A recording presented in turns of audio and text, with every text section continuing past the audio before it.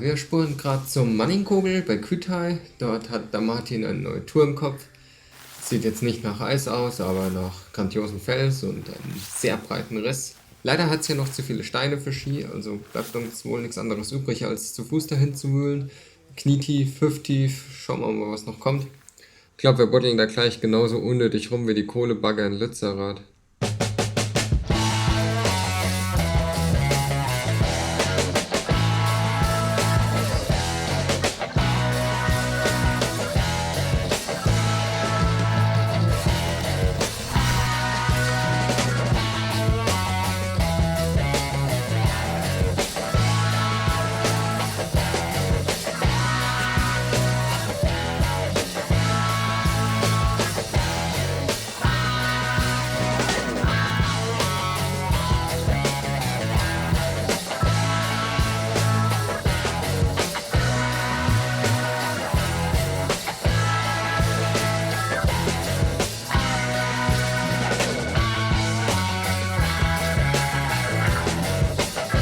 Ja, jetzt sind wir im Zelt.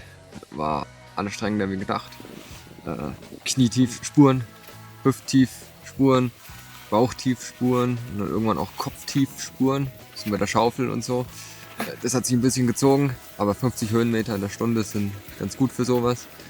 Wir haben fürs Zelt eine schöne Plattform gefunden, direkt unter der Headwall, wo es dann morgen losgeht. Und ja, da ist dann der Martin dran.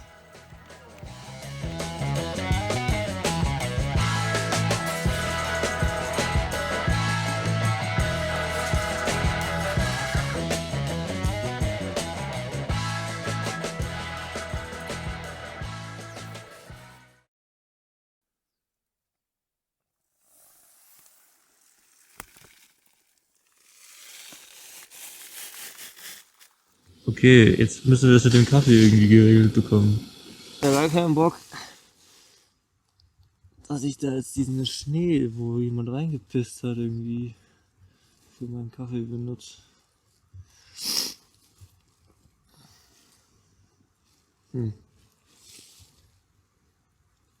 Du so?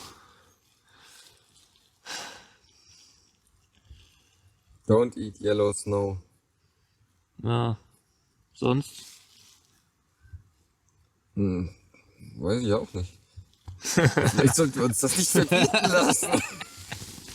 Also ich höre ja allgemein nicht so gerne auf Verbote, ne?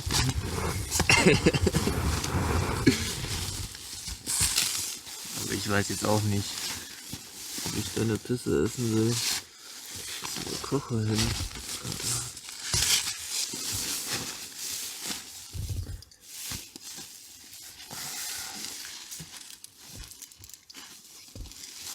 Wenn da noch Wasser drin ist, würde ich das gerade öffnen.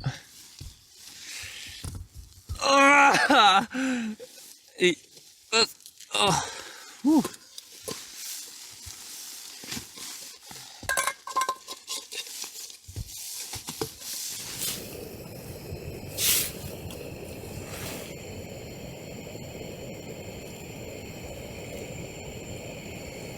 Das Schneewasser-Äquivalent von Pulverschnee ist wirklich frustrierend.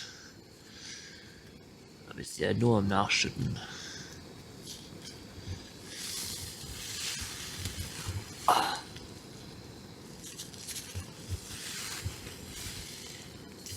Ah, kalt.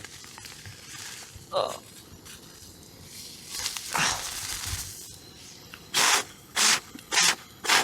Wenn ich groß bin, ist es kalt, kaufe ich mir einen Induktionsherd.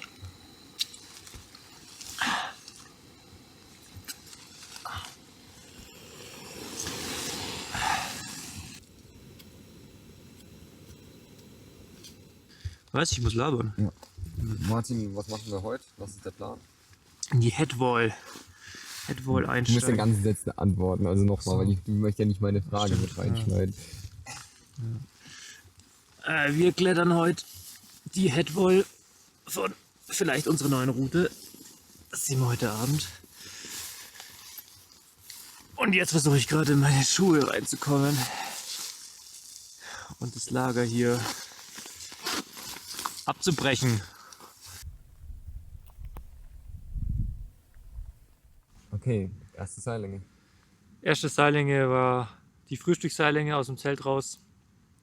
Voll die stumpfe Verschneidung, die zum Schluss ultra überhängend geworden ist und mich so herblasen hat gleich am Morgen. Das war also. Aber andererseits war es so geil abzusichern, dass du bei jedem Placement dachtest, geil, jetzt kannst du mal wieder richtig marschieren. Also das war echt erstaunlich gut zum Sichern und trotzdem relativ schwer.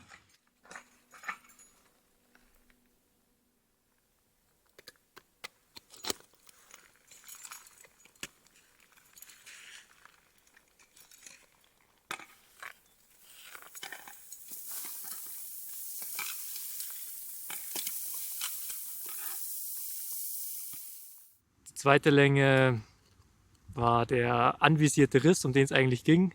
Voll mühsam, ich war ziemlich nah dran, einfach Stand zu machen, aber das wäre dann immer blöd gewesen zum Weiterklettern wieder. Deswegen haben wir es durchzogen in einer langen Länge. Richtig krasse Offroad-Kletterei mit so Doppelfaust und Schulterreihen und also echt richtig anspruchsvoll. Dritte gab es eigentlich überhaupt keinen. Du bist immer in dieser Verschneidung da drin gewesen und hast irgendwie die Faust im Riss drin gehabt oder die Schulter und hast links so eine Platte mit so ein bisschen Pulverschnee drauf gehabt, den hast du immer wegputzen müssen, um festzustellen, dass dann auch da drunter gar keine Tritte sind und bist da rumgerudert wie. Also es war echt fürchterlich zum Stehen, die Seillänge. Da blaste die Wadeln auf. Ja. Und danach die dritte Länge. Ja, das war das Ende von der Headwall dann. Das war dann nur noch eine Platte, also halt viel Putzarbeit, den Pulverschnee wegputzen und ein bisschen Run-Out. Also eher moralisch als jetzt halt schwer. Das war dann schon in Ordnung zum Klettern, aber hast ordentlich wegsteigen müssen, um dann in das rettende Schneefeld zu kommen. Und dann ist das Silvern hochgecruised, die letzten 2 Längen zum Gipfel. Ja.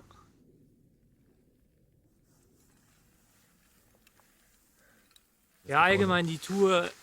Es ist halt unglaublich geil, wenn du vor der Haustüre so ein verrücktes Abenteuer erleben kannst. Richtig schwere Kletterei, also ein richtig großes Abenteuer, ohne Bohrhaken, ohne fremde Linien zu kreuzen, eine Erstbegehung machen zu können und das eine halbe Stunde von daheim weg irgendwie. Und wir waren jetzt 2 Tage in der Wand, also haben echt ein fettes Abenteuer da gehabt und in einer coolen Linie geklettert, in coolen Style. Und das ist also genau das, worum es mir bei meinen Erstbegehungen auch immer geht. Also das halt.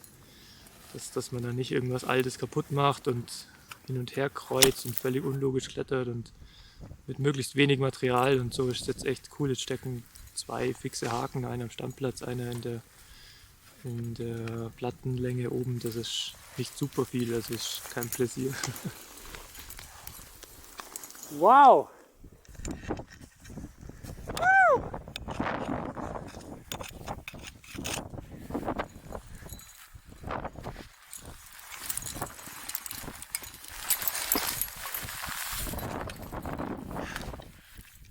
So stark. Guter Stark, Mann.